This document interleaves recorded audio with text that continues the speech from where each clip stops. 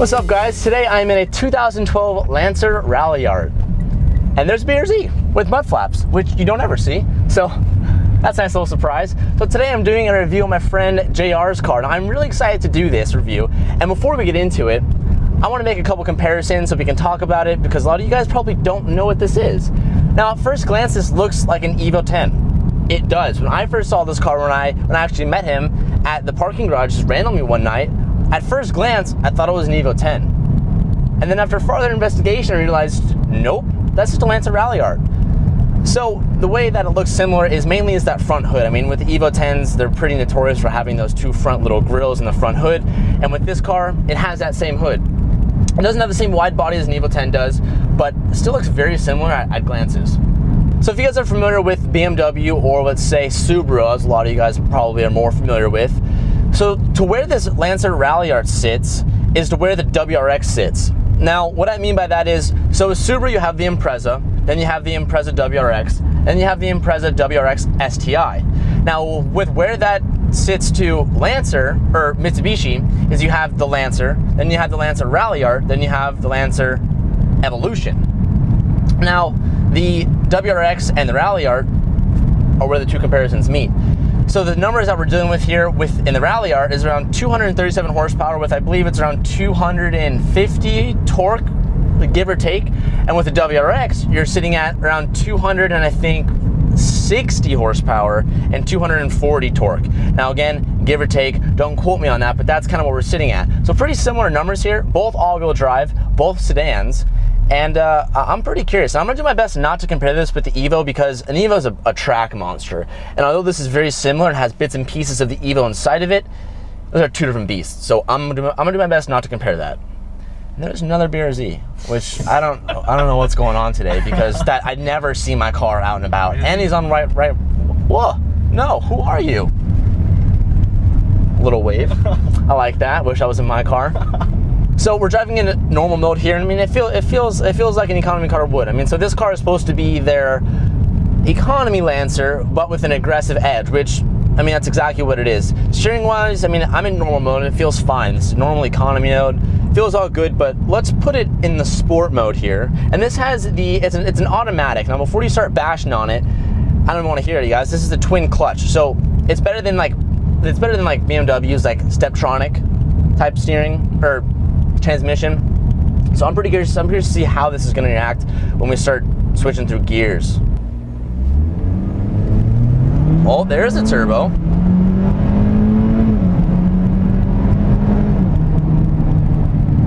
Not bad, not bad. Now, they're supposed to have peak torque at around 2,500 RPMs, but I honestly didn't feel it till around maybe 3.5 or 4. But when it hits, I mean, you know it's there. And if I haven't mentioned this before, this is turboed, and it's not as big as the turbo in an Evo. But like I said, I'm not going to be comparing that to an Evo. But as far as WRX standpoint, I mean, the power, it's kind of similar. And a lot of you guys may not like to hear that, but it's kind of true. The downshifts are clean too. The steering feels very tight as well. I like that. Reminds me of the BRZ. It's about 4,000. There's the boost. Pretty torquey for a little 4-cylinder. Like I said, we're dealing with around 245, 250 torque, and it shows. So modification-wise, what we're dealing with here is basically just BC coilovers, which is very nice with the car. I mean, without having coils would be a lot more body roll, which we're not getting that much body roll. I mean, not as much as I originally expected. And we also have an HKS filter, which is helping. I mean, performance-wise, I don't really want to get into that with you guys, but performance-wise, what that really, or not performance-wise, but what that really is going to do in this car is going to make it sound a lot more lively and help hear that turbo. So we're at 4,000 first gear.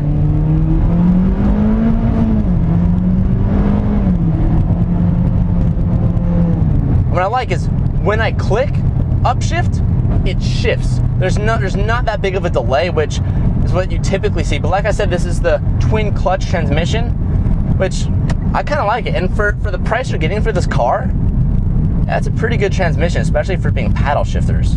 I can hear the turbo, yeah, right there. So in normal mode, the turbo is louder than it is when it's in sport mode, which I don't know why that is, don't ask me, but you can hear it. It's a little cute little turbo. It's like a little spooling up in the background, just so you know it's there. And good amount of power too, more than I kind of expected. Like I said, so this isn't, I'm doing my best not to compare this to an Evo. That's my ultimate goal here, because those are two different beasts. But I'm the more I drive it, the more I'm really liking the torque aspect of the car. I mean, for a sedan that's reasonably priced, can't really argue much with it. The steering wheel is surprisingly really tight, and it kind of reminds me of the BRZ too on that aspect. Especially when you get on it, it feels like the steering wheel kind of just stiffens up, like it knows what you want to do. Do the brakes work? Yep. Whoa, the brakes work. Wow, I'm impressed. That was nice.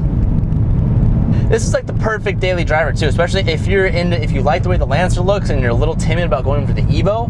This is such a nice daily driver. I mean, I've been driving it for what, maybe like 20 minutes now, but it's very comfortable. The seats are nice. They're not nearly as aggressive as an Evo seats, but I'm not finding myself slipping out of the chair. I mean, it is leather. I'm not finding myself slipping out at all. And the paddles, instead of the paddles being mounted on the steering wheel, they're mounted on the column, which I personally like more, because when I'm turning, you know, I'm not like struggling to find where the shifter is. And they feel like they're metal, they're not plastic, which is a nice finery touch. Almost everything in this car I've noticed that you come in contact with is a nice material, which goes a long way. That first gear, that torque is fun.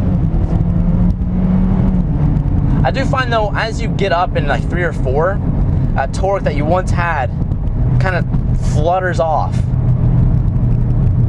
But as a daily, I mean, I guess that's kind of what you'd want. You wouldn't want a super torquey in high gears. It reminds me of my E90 that I used to drive, the way it handles. I mean, the steering is very precise. And a lot of that is because of the coils. I mean, if it wasn't on the BC coils, it would be a lot more rolly, and it does look like a monster truck when it's on stock height, which, like I must add again, is a great option to get coils on this car. One thing that I am noticing is that when, even in this normal mode, I feel like it's hanging on to the lower gears more than it should, which I feel like could get annoying. I mean, especially if you're looking at this car as being more of a daily, I feel like that could get on my nerves a little bit. Let's put it back in sport mode. First gear, get back on this road again. See, it's right here, and you're going through the corner and you're hammering it. It feels like the steering tightens up a little bit. Okay, so here's the roll. We have a little body roll right there. That was definitely noticeable, but still not bad. Not bad at all.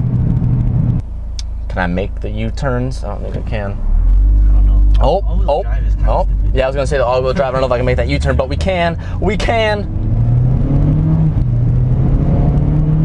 So as we go back to the top of the garage and as we are listening for the nice little spools, I want to thank JR so much for letting me review his car today. And here's his Instagram if you guys want to go and follow that. Check out his build. He has lots of mad pictures on there of his car, so you can go follow that if you're interested.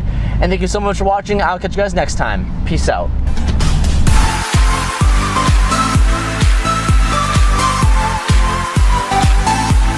You got it? Yeah. Watch the sensors. Oh. That's the overpipe. Yeah, it's gonna fall on my dick. Let it fall. Alright, make sure that there's no O2 sensors. I see both. Number should be good. Oh, what is it? What is this?